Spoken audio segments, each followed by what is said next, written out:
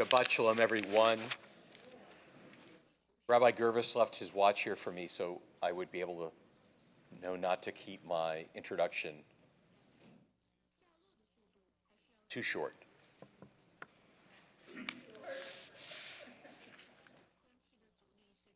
It's really a delight to have so many of you here in person, and hopefully there are many people joining us from home.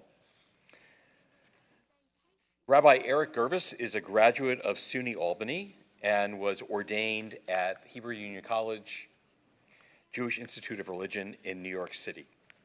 Rabbi Gervis has served congregations in New York, Jackson, Mississippi, Teaneck, New Jersey, Newton, Mass., and is currently the rabbi of Congregation Sharei Shalom in Ashland, Massachusetts.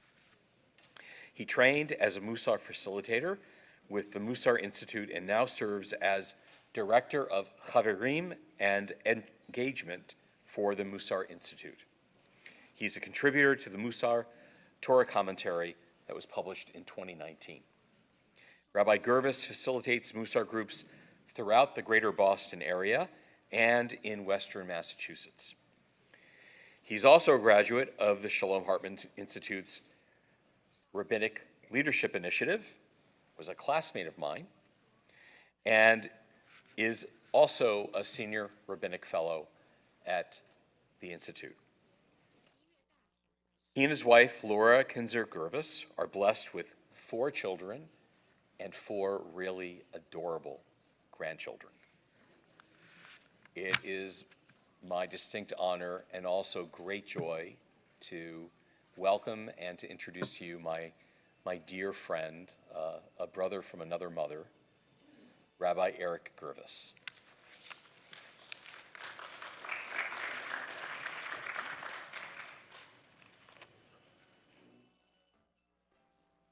I think, first of all, thank you. Thank you for being here. Thank you for having me here. And I think we should give it up for Rabbi Dr. Herber. Isn't that great?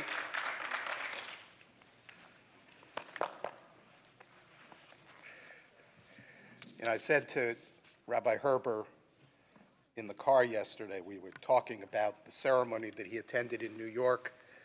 Earlier this week, I had a similar ceremony, 14, 15 years ago.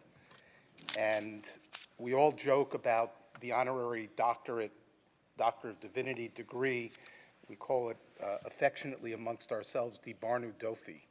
We speak nonsense. It's one of the things that we, Ashamnu, Bagadnu, Dibarnu Dofi. But as I was told on that wonderful March day all those years ago, and as I said to you yesterday, you did earn this doctorate. Don't think you didn't for a minute, so mazel tov.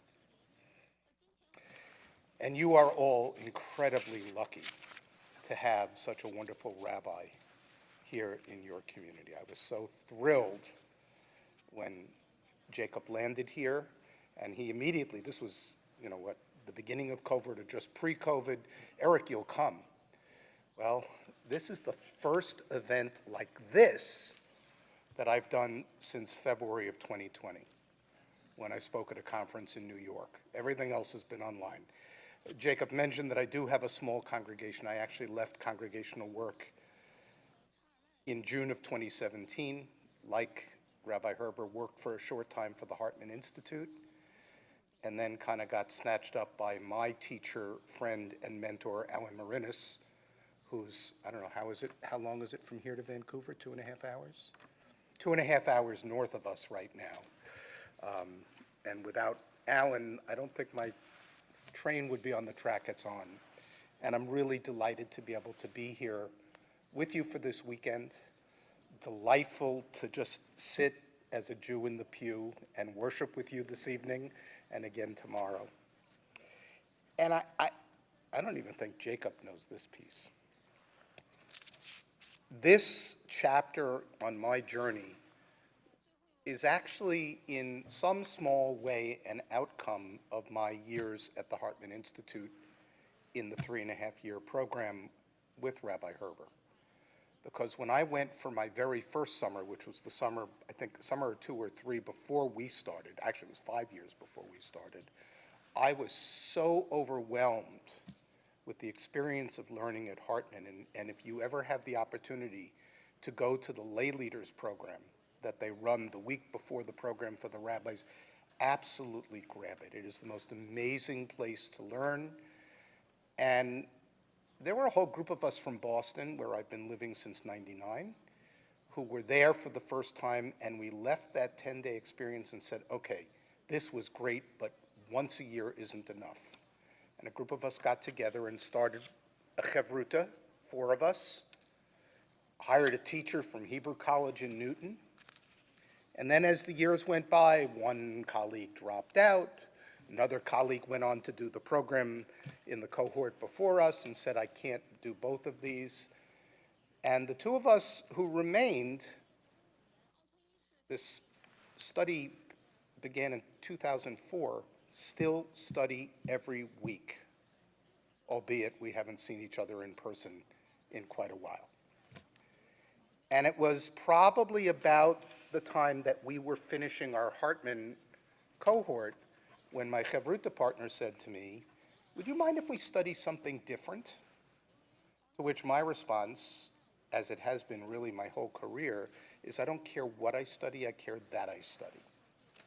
So we realized we didn't really know anything about Musar.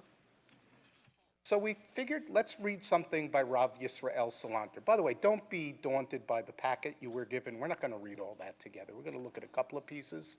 You'll see over the course of the weekend, I've prepared materials in each session. We'll look at a little bit, and then there's more food for thought for you to take home with you. So my partner and I read this piece by Rav Herzl-Ner, a 19th century Lithuanian rabbi, called Igeret HaMusar, the Musar letter. And then we looked at each other. This took us like 3 months, because close study, reading every word, translating, unpacking. And we looked at each other and said, huh? I said, you know what? I met this guy at one of our national conferences. His name is Alan Marinis. He's written a bunch of books on this stuff. He doesn't know me, but let me give him a call. Maybe he can point us in the right direction. So I got Alan Marinis on the phone, and he said, you read Salanter's Musar letter and you want to do more? He was absolutely astonished. It took me a few months to wear him down, to let us, as just 2 rabbis in a Chavruta pair, do one of the programs of the Musar Institute, which is now about 22 years old. Actually, next month we will hold the 20th annual Kala, albeit for the 3rd year in a row, only online. Talk more about that later in the weekend. So we began to study this material.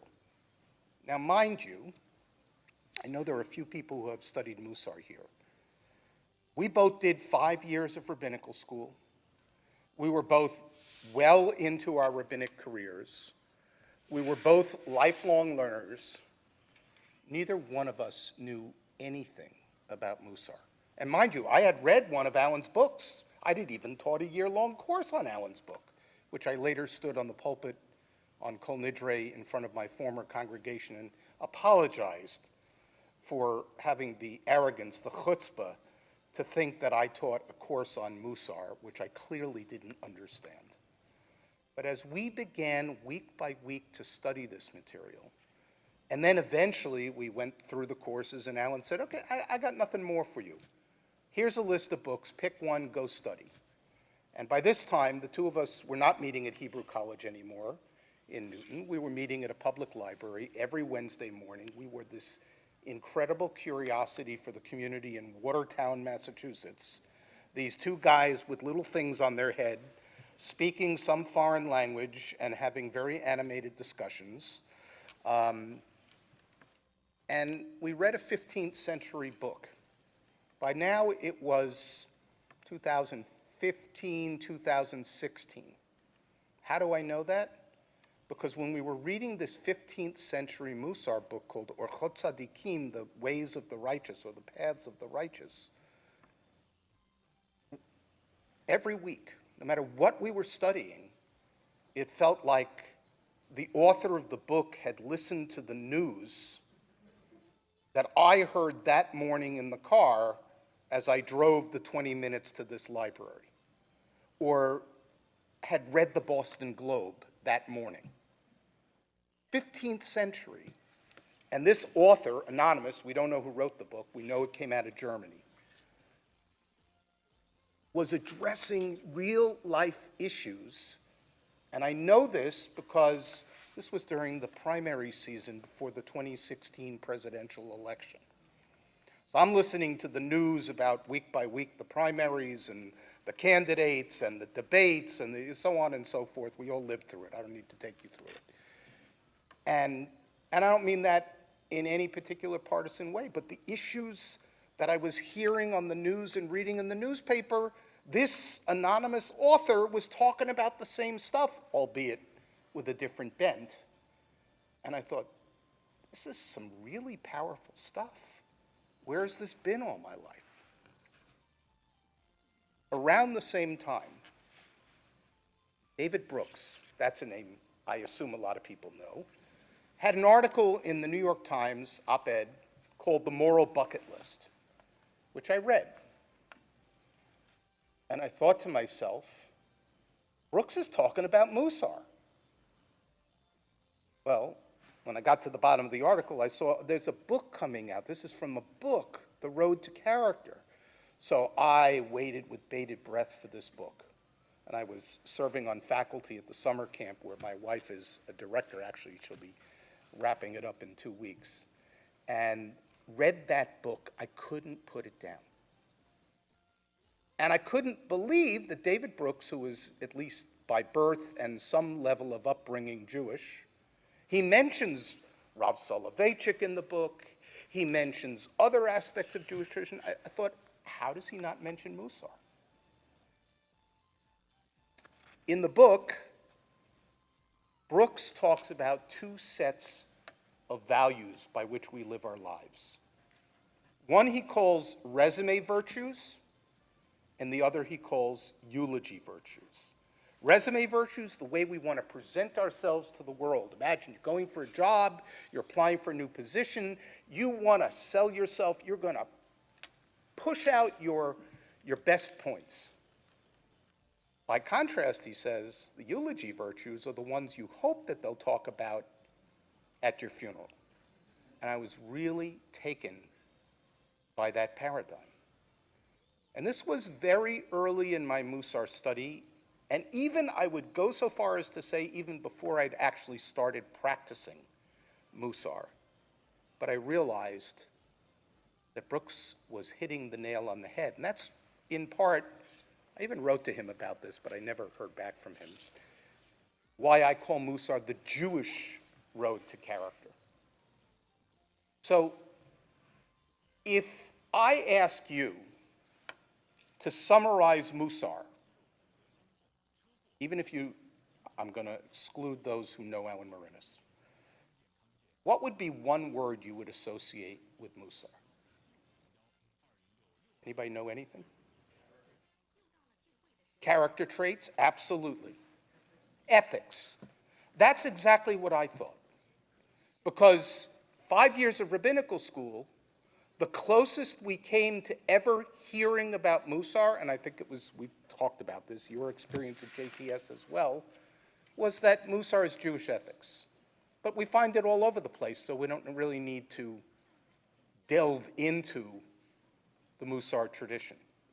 But the reason that we didn't delve into the Musar tradition is that it was, until 20, 25 years ago, almost unheard of outside of a very small slice of the Orthodox community, and only in some communities. So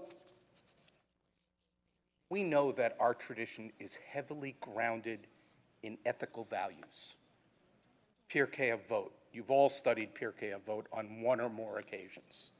What the world knows as the 10 Commandments, our tradition, Aserata Dibrot, the 10 utterances. Almost the very middle of the Torah, Leviticus chapter 19, the holiness code, you shall be holy as I, your God, am holy. And then these incredible teachings about how we leave the corners of the field for the poor, respect our parents, rise before the elderly, don't be unfair to people in judgment, love your neighbor as yourself. I mean, just incredible teachings at the heart of our tradition. But Musar, I found nobody was studying Musar. Well, people were studying Musar, I just hadn't found them yet. So let me give you a short elevator speech about the origin of Musar, and then I want to take us into it. That's the point of this weekend, is to introduce you to this part of our tradition that to this day is still too unknown across our broad Jewish community. And actually, I'll tell you a quick story I hadn't planned on, but a month ago, my family and I were in Los Angeles for our middle sons. Jacob mentioned we have 4 children. This was the wedding of our 3rd child, married a young woman from LA, and we were out there for the wedding. There were about 300 people at this wedding. There were 40 of us in our family and our close friends. Most of our guest list couldn't make it for understandable reasons. And the rest were, she comes from a very large and expanded family. So this cousin seeks me out at Shabbat dinner and says, you know, when I heard who Anna was marrying, I looked you up on Google. Me? She's not marrying me. He said, and I discovered that you were connected to this Musar thing. And I thought, this is an Orthodox Jew who lives in Efrat, modern Orthodox. His wife later came by and had the exact same conversation with me an hour later. Said, so I Googled you and I found you, and I found this talk you gave on YouTube. I said, I'm on YouTube? I mean, I guess I am now, but I didn't know. Because especially during the pandemic, I was invited to speak to any number of communities, congregations, federations, because people were, let's face it, looking for meaning and explanations for what we've been going through for these past 3 years. I'll get back to that later in the weekend. He said, so I watched your talk. He said, my impression that was Musar was these people who would go out and sit in the field through rain and snow and really penalize themselves so that they could try to find their true character. I always thought Musar was this like lifeless, meaningless, only for a select few. You really opened my eyes. Me? I don't know. But that is the image that most people have of Musar, except for those who've tasted it in the last couple of decades. Musar, the word goes back to the Bible. It means instruction. Find it in the book of Proverbs, find it elsewhere. The Musar teachings and themes all over rabbinic literature. But not until the 11th century did someone sit down and try to write, Cantor said, soul traits, to write a manual for basically how to be a good person. His name was Bachya ibn Pekuda. He lived in Spain, 10th, 11th century. And he wrote a book called Chovot HaLevavot, Duties of the Heart.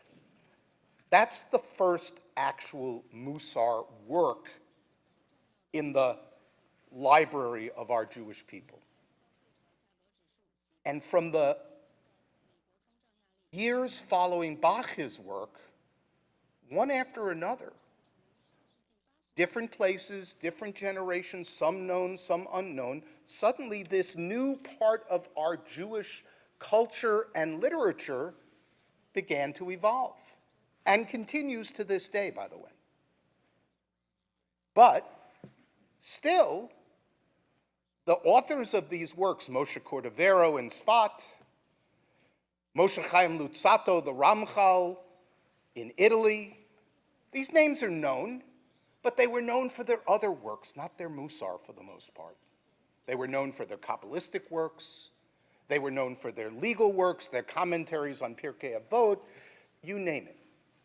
But Musar, it's kind of over there on the side until the 19th century, when Rabbi Yisrael Salanter decided that, you know, my students and my balabatim, the members of my community, spend a lot of time in the yeshiva, the students especially, but even the balabatim. They come to the shul, they go to the Beit Midrash, they learn Talmud, and then they go out and they live their lives and they do their work and they run their businesses and so on and so forth. And some of them are not really very good people. So Salanter said, you know, maybe we should spend a little more time, just a little bit, going back and reintroducing or introducing ourselves to this part of our Jewish tradition that will teach us how to be the best person we can possibly be. And here was his radical suggestion, roundly rejected by the Orthodox authorities. He was an Orthodox rabbi of his day. The Vilna Gaon was vehemently opposed to what he was proposing. The Vilna Gaon, Elijah Vilna Gaon, really the leader of Lithuanian yeshivish Jewry, also wrote an Igeret HaMusar like Salanter. But again, it's in the margins, it's over there. That's not the important stuff. We got to study halacha, we got to study Gemara, we got to know the commandments so we can live them. So Salanter proposed, why don't we take 1 hour out of our day and just read the classics of the Musar literature. And mind you, 1 hour at 11 o'clock at night. It was not going to displace anybody's study. In essence, what Salanter did is what many were doing in that period of Jewish history.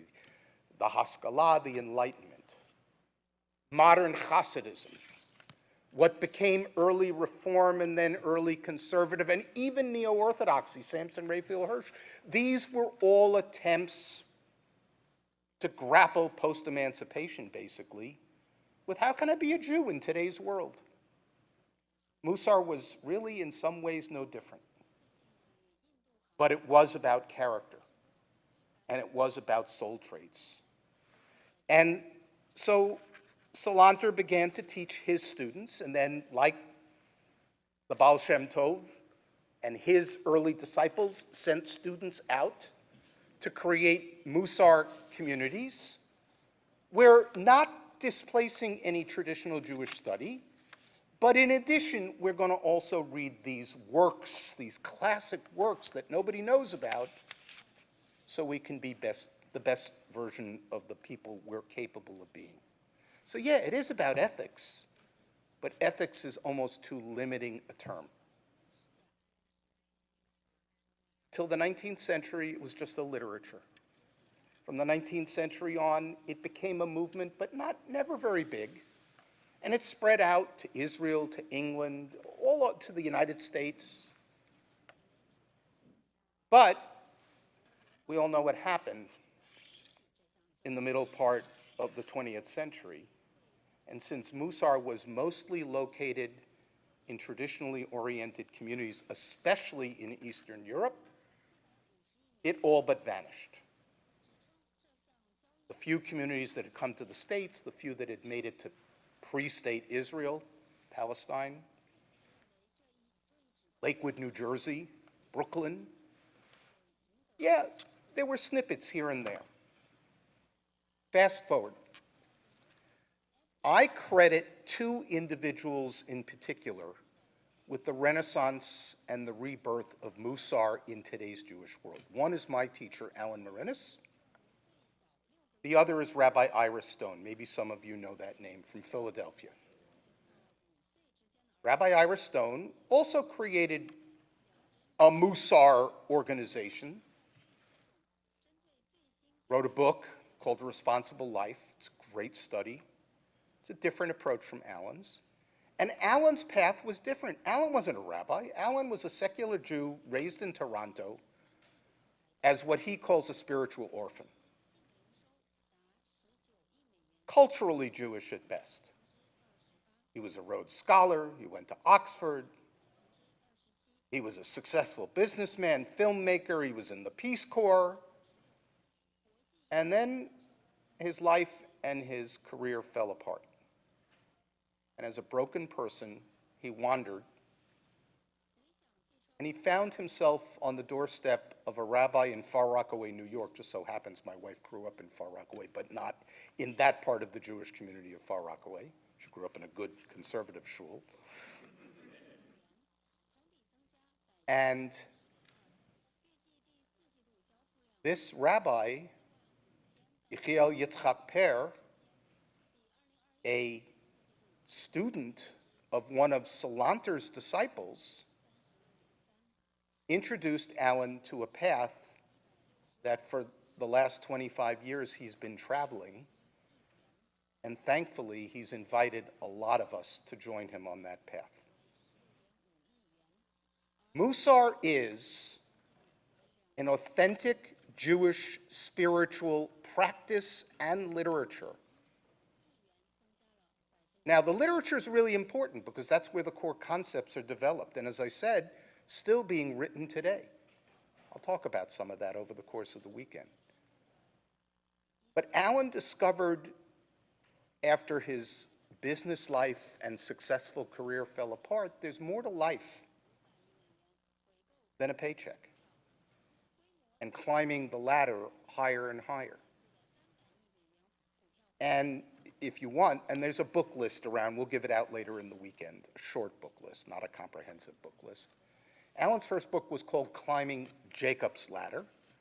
It's a combination of an introduction to Musar and his own personal story of how he lived, crashed, and found Musar. It's a great read.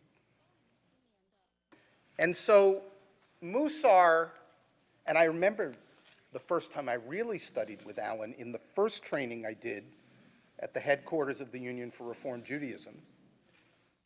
I remember at the end of 2-3 days we were there in this windowless room learning Musar so we could bring it back to our congregations. I remember saying to Alan, you know, if someone like you or Ira Stone or had woken up in the 60s, I said, I don't mean this to be offensive, would we have lost so many Jews to all these other spiritual paths? And think about it. Mindfulness, which is also undergoing a renaissance in our time, what I like to call the parents of the American mindfulness movement, 2/3 of them were born and raised as Jews. Jack Kornfield, with whom I've actually studied, Sharon Salzberg, Daniel Goleman. Still have never figured out if John Kabat-Zinn is Jewish or not. I know part of his family is Jewish. And on, Daniel Goldstein, I mean, one after another, they're Jews who went off on a different spiritual path because they didn't find what they were looking for in our tradition. Musar includes mindfulness, focus, and meditation. Musar is, as I said a few minutes ago, a spiritual practice. It's not just sit down and read a book, but it's look at your life and figure out how these soul traits, the Hebrew word is midah. Musar is built around midot. The word midah means measure. And as another one of my teachers likes to put it, Rabbi Avi Fertig, who directs the Musar Institute, he said, how do I measure up when it comes to this soul trait or another? So look at the handout for a moment, because there's a list here. We could start there. After Salanter started the movement and started looking through the literature, he decided, let me republish some of the classic works. So he republished a book called Cheshbon HaNefesh. You know the term Cheshbon HaNefesh. Talk about it at the high holidays for sure. taking account of our soul.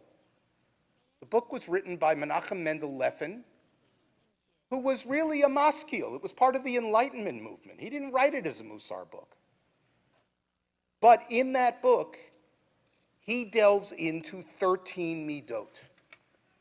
Equanimity, minuchat hanefesh. Is there anybody here who couldn't use a little more equanimity in their life right about now? Patience, savlanut.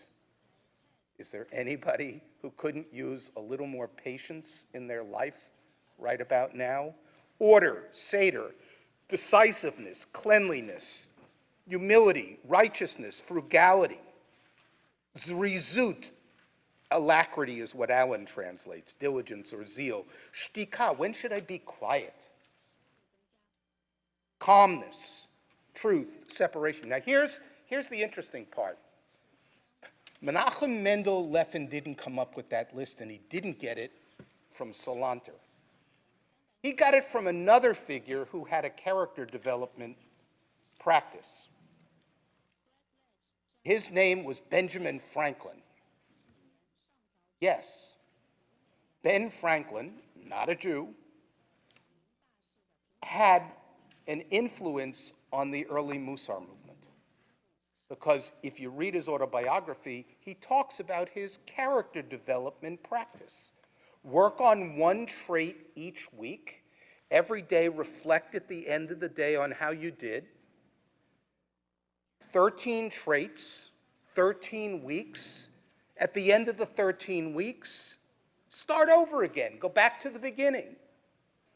At the end of the 26th week, start over again. Go back to the beginning, because we're evolving and our world is changing. We're never done with these midot. So Musar, as a character development, spiritual practice, mindfulness, reflection on our lives, is, to my way of thinking, some of the most important teachings in our tradition, and a tragedy that so few knew of it until recently, and that we almost lost it, save for Alan and Rabbi Ira Stone, and a handful of others. And what a blessing that Musar is available and thriving in our time and accessible in our time. And I will tell you that in March of 2020, we all went home for what we really thought was going to be a long snow day, right? 2 weeks, right? We'll stay home for 2 weeks, maybe 3 weeks. Did anybody imagine it would be 2.5 years? And if you're following the news, Los Angeles, New York, Israel, all beckoning people to put their masks back on because the numbers are going up again. Now, it's a combination of different factors, but COVID is part of it. Early in the pandemic, I began to look off the beaten path of the traditional midot that are in the Musar books. For example, we were all, or most of us, a little on the anxious side. What do you mean I can go to the grocery store and get sick? What do you mean the person who's bringing a package to my front door might give me more than a package?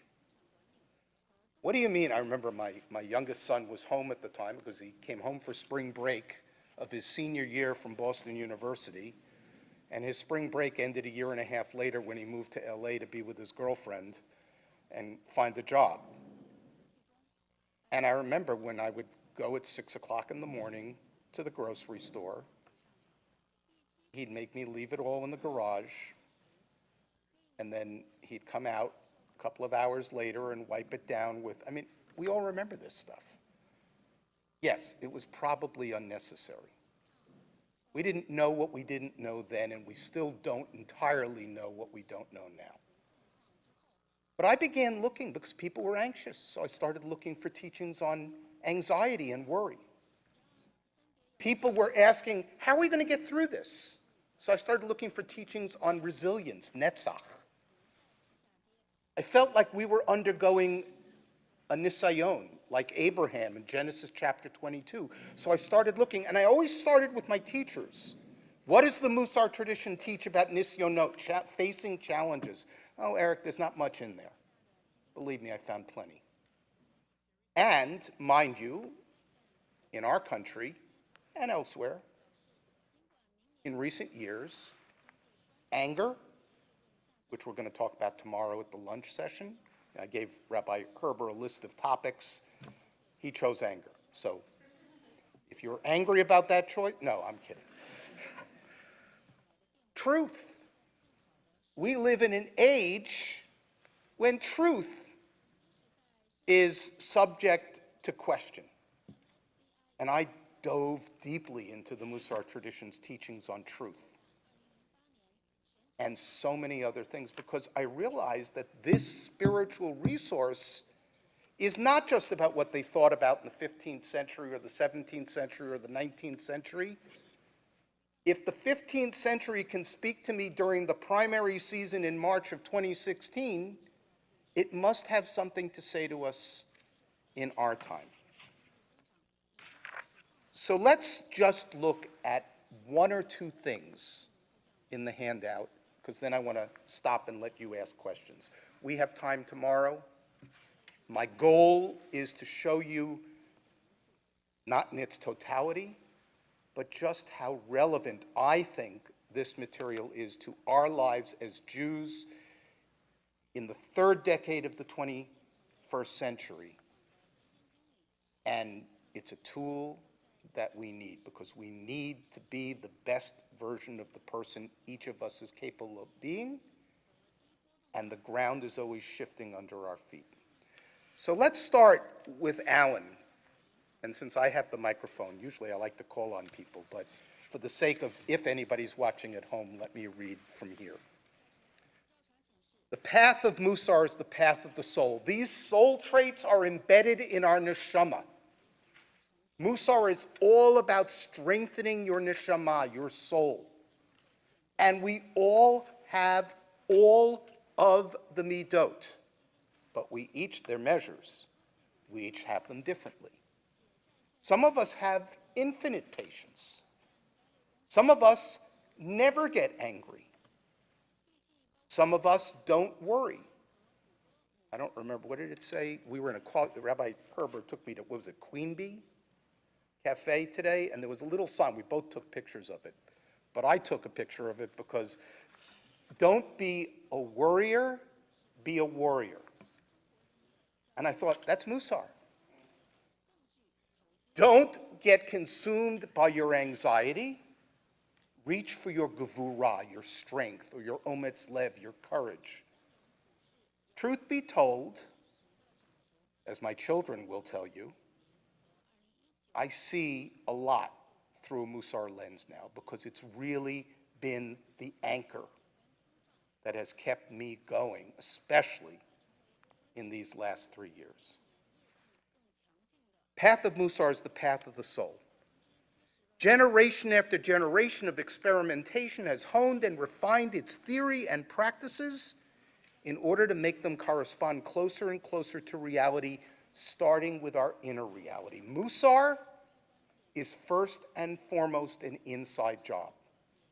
It's first and foremost about you reflecting on yourself, but then seeing how you live those measures, those midot, in your relationships with your family, with your neighbors, with your closest friends, and even with the stranger in the cafe or the post office or the grocery store.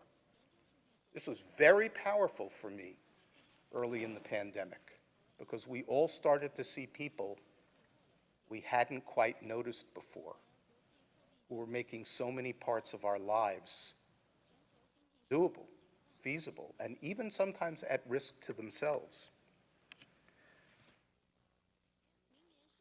Starting with our inner reality, how we're constructed, how we function.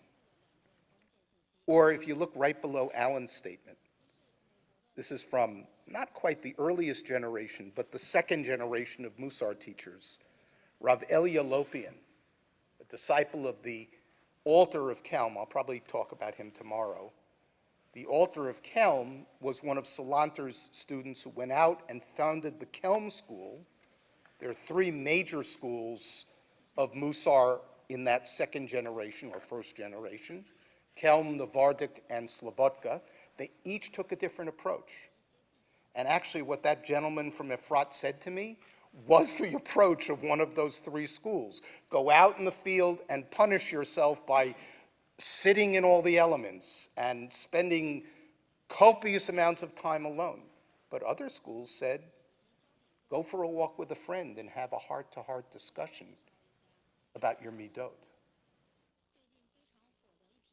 Musar is making the heart feel what the mind already knows. We know we should be patient,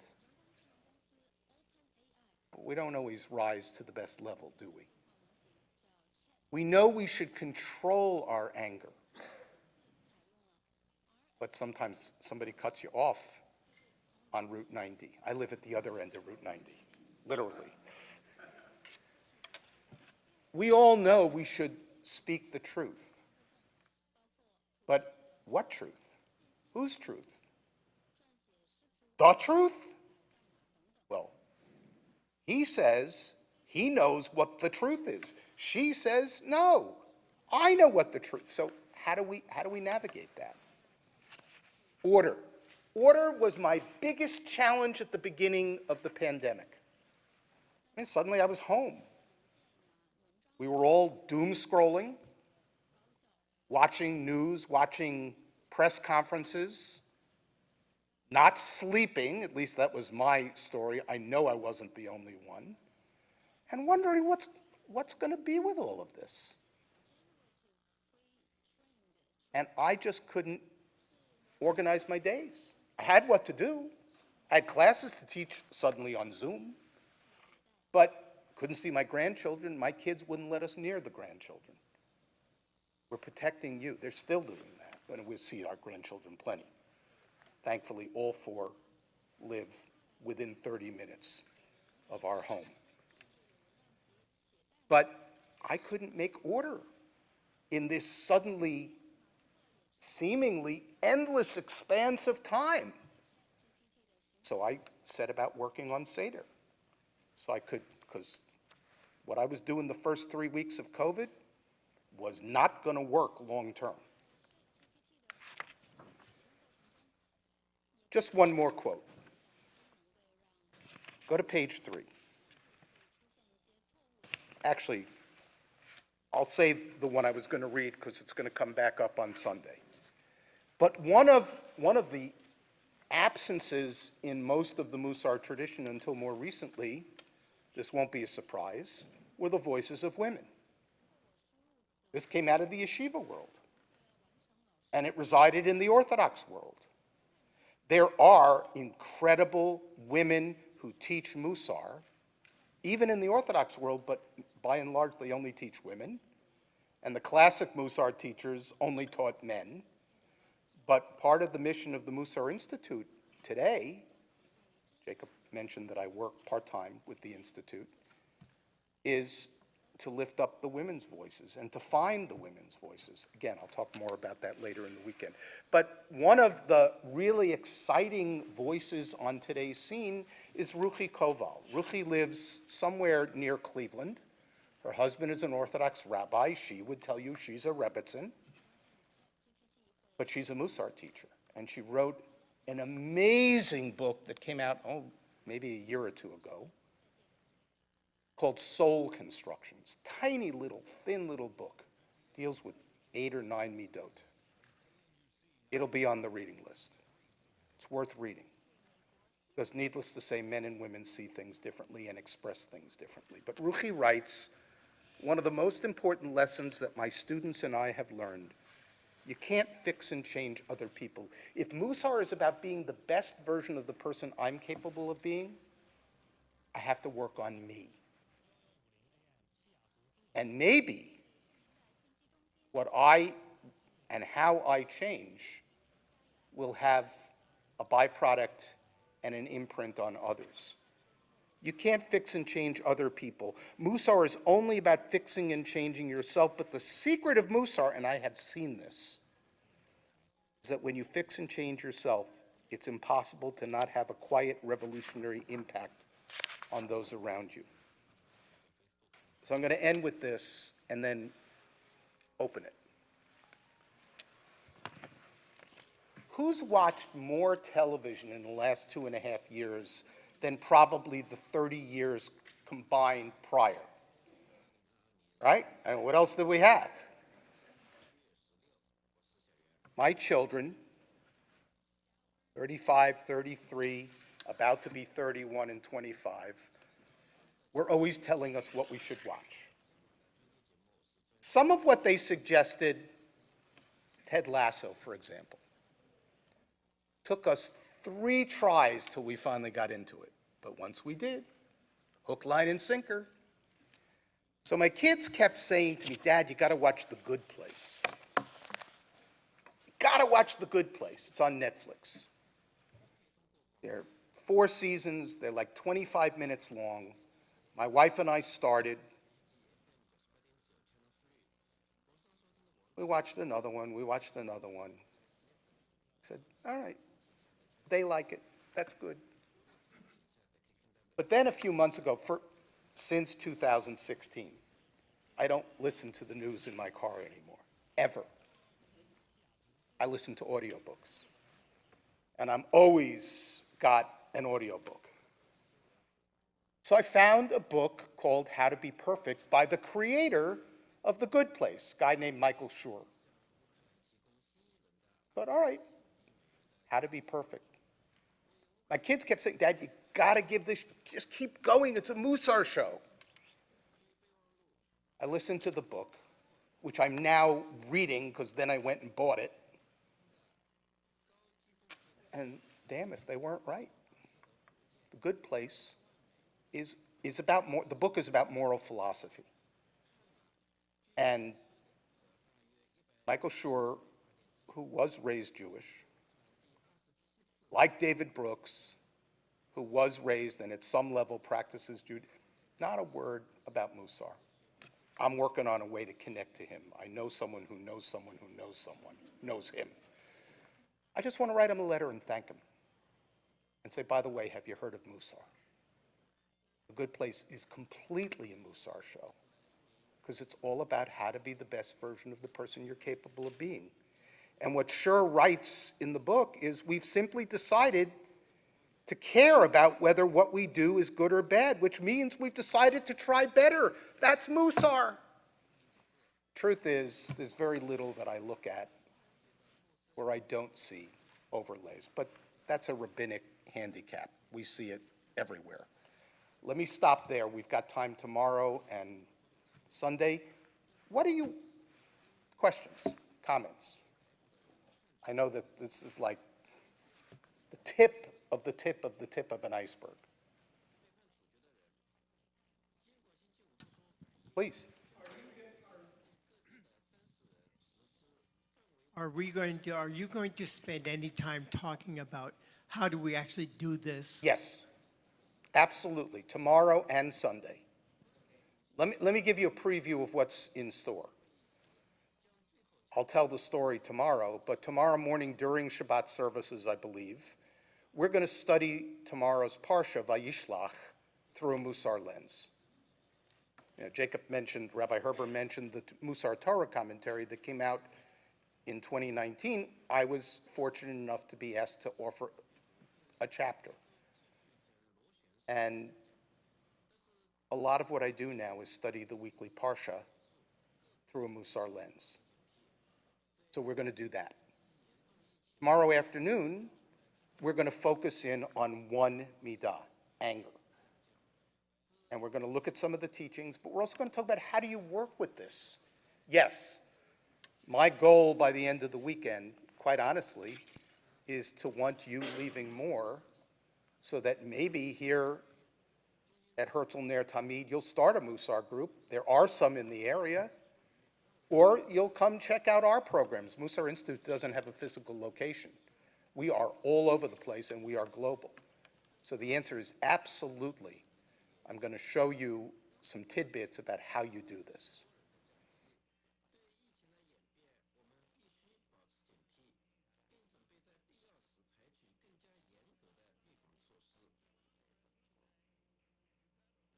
I've been studying Musar for like 17 years, and Yes, I told you at dinner, you should be the one up here, because that's longer than me. my take on this at the end of the day is that it is our way of having tikkun olam. If we can improve ourselves, just doing that improves our relationships around other people, and hopefully that is a way to repair the world. Absolutely. And we're going to actually see that in the words of Salanter. It's in this packet, but I don't want to. Absolutely. Some call it tikkun midot. Let me fix my midot.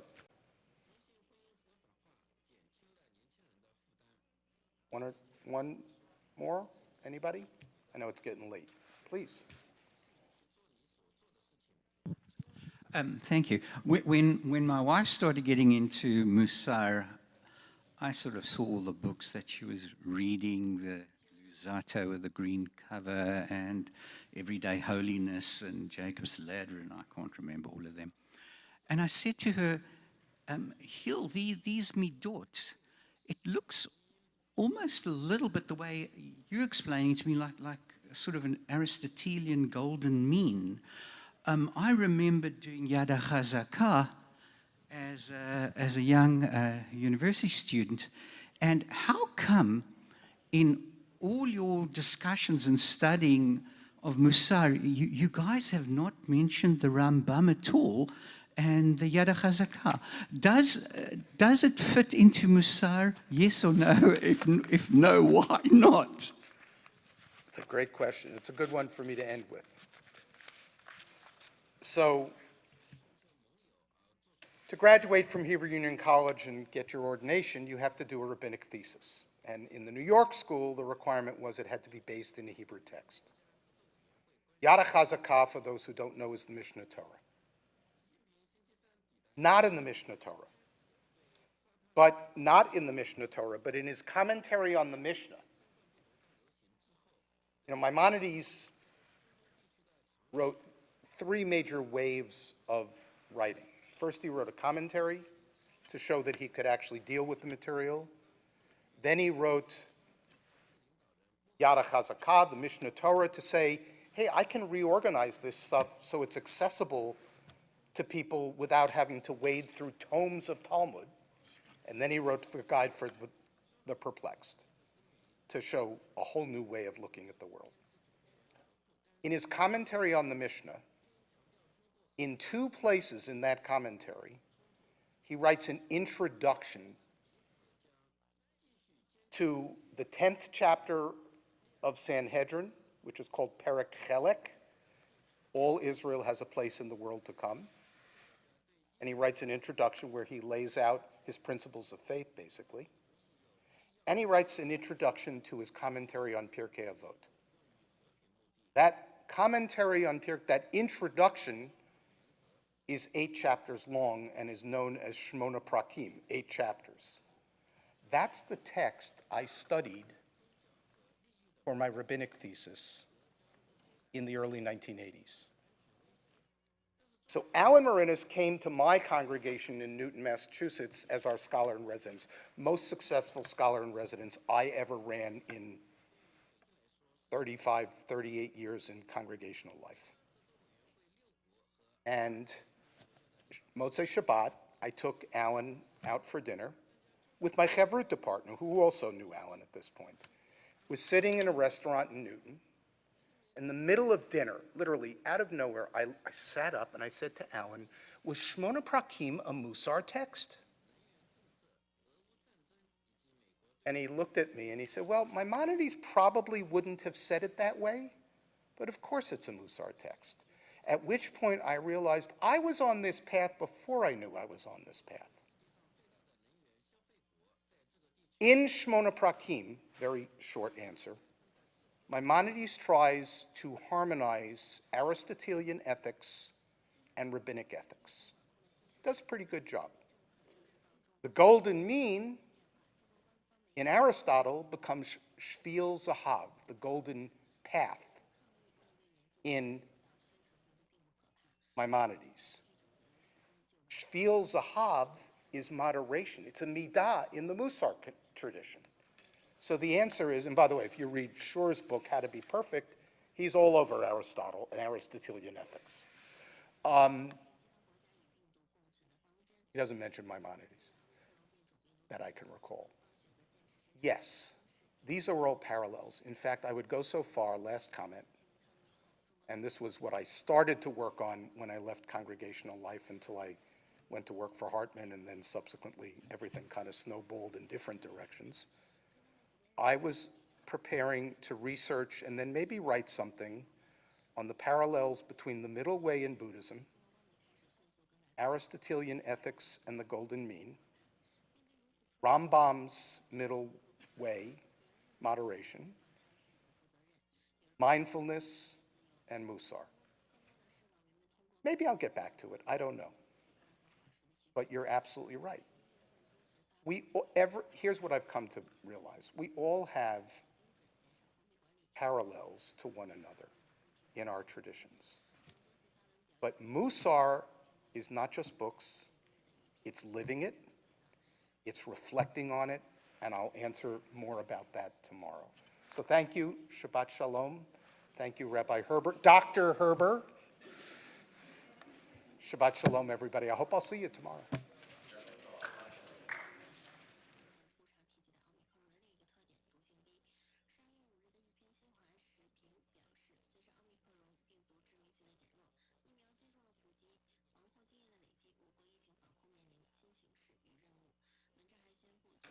that make any sense?